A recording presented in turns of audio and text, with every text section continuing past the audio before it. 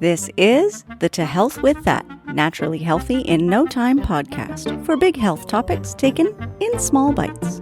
I'm your host, naturopathic Dr. Amy Newsel, and this is Season 1, all about the MTHFR mutation.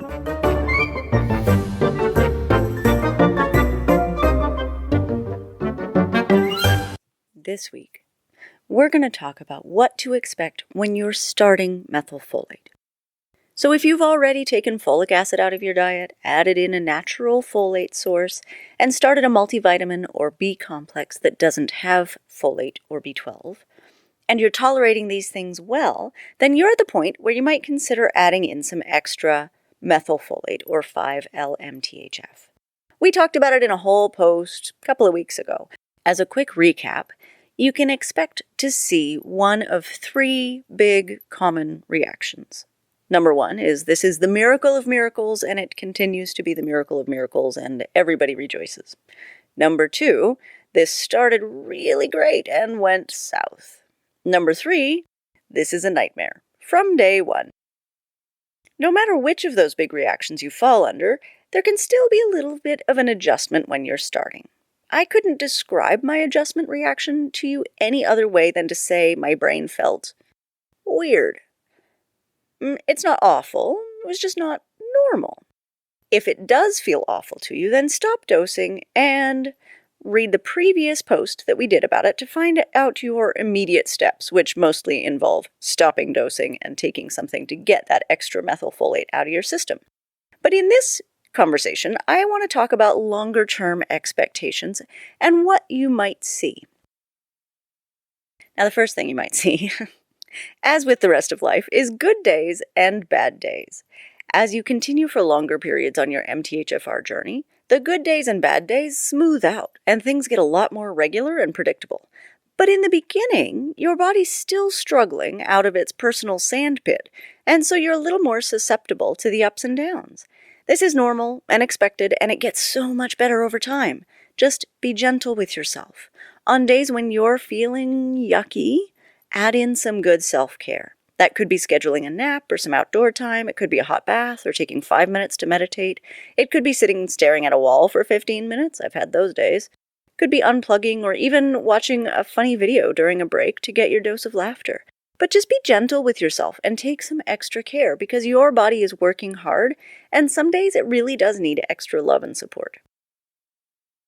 The other thing that you might see is detox symptoms. One of the biggest processes that's happening with appropriate methylation support is detoxification.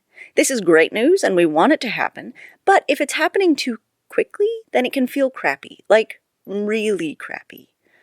And for a lot of us, there's a backlog of things that we've been needing to detox probably for our whole lives that just haven't necessarily happened in an easy way, and so your body does kind of jump at the chance. Detoxing too quickly or too much at one time looks a lot like brain fog, headaches, nausea, irritability, general yuckiness, and it often reminds you a lot of a hangover.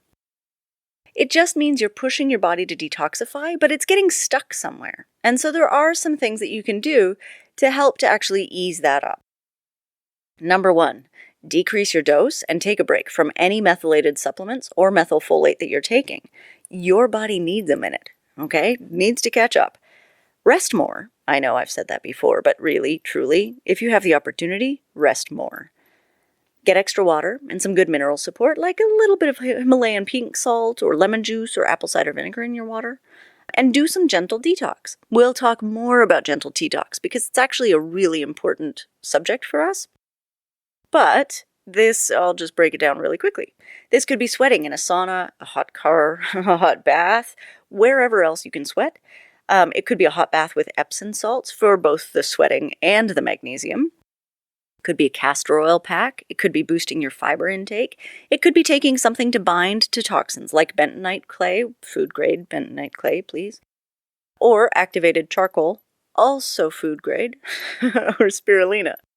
Or it could be 24 to 36 hours of fasting, which sounds like no fun, but actually does make you feel better when you feel yucky.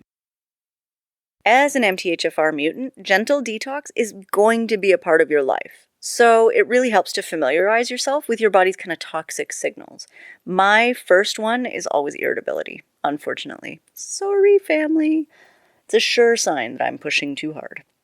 One of the things that I think is most important is to learn your boundaries. This is like the biggest and most important factor to really taking care of your body as an MTHFR mutant. None of us likes the word limits. It implies that we aren't superhuman and that we have to stop sometime and take breaks, and it almost sounds like a weakness.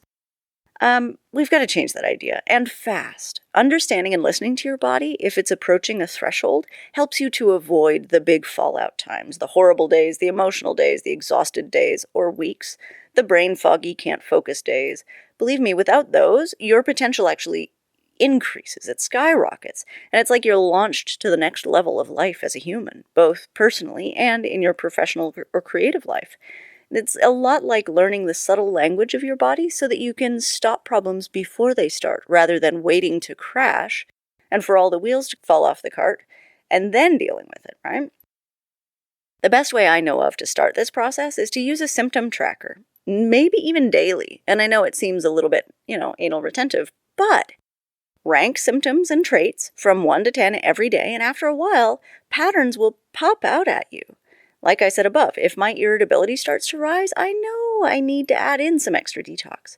And if I don't do that, if I don't listen to that irritability signal, then I can expect 2 to 3 days of headaches, irritability, brain fog, and general misery. Believe me, it's better to just make time for that hot bath and to convert those bad days to good days. Likewise, if I start feeling my stress levels ratchet up or my level of work obsession rise, then for me, that's a signal that I need more methylfolate, more antioxidants, and more exercise. A couple of days of that will correct the balance and put everything back into perspective again. My signals are probably going to be different from your signals, but by using a symptom tracker, you really start to see those repeating patterns and can use them to develop some coping strategies to keep most days as good days. Thanks for listening this week, guys, and for anybody in the States, have a fantastic, fantastic Thanksgiving, and be grateful. We've made it through so far. 2020 has been a trying year, but I think we're all doing really good. So thanks for being here, and I'll talk to you next week.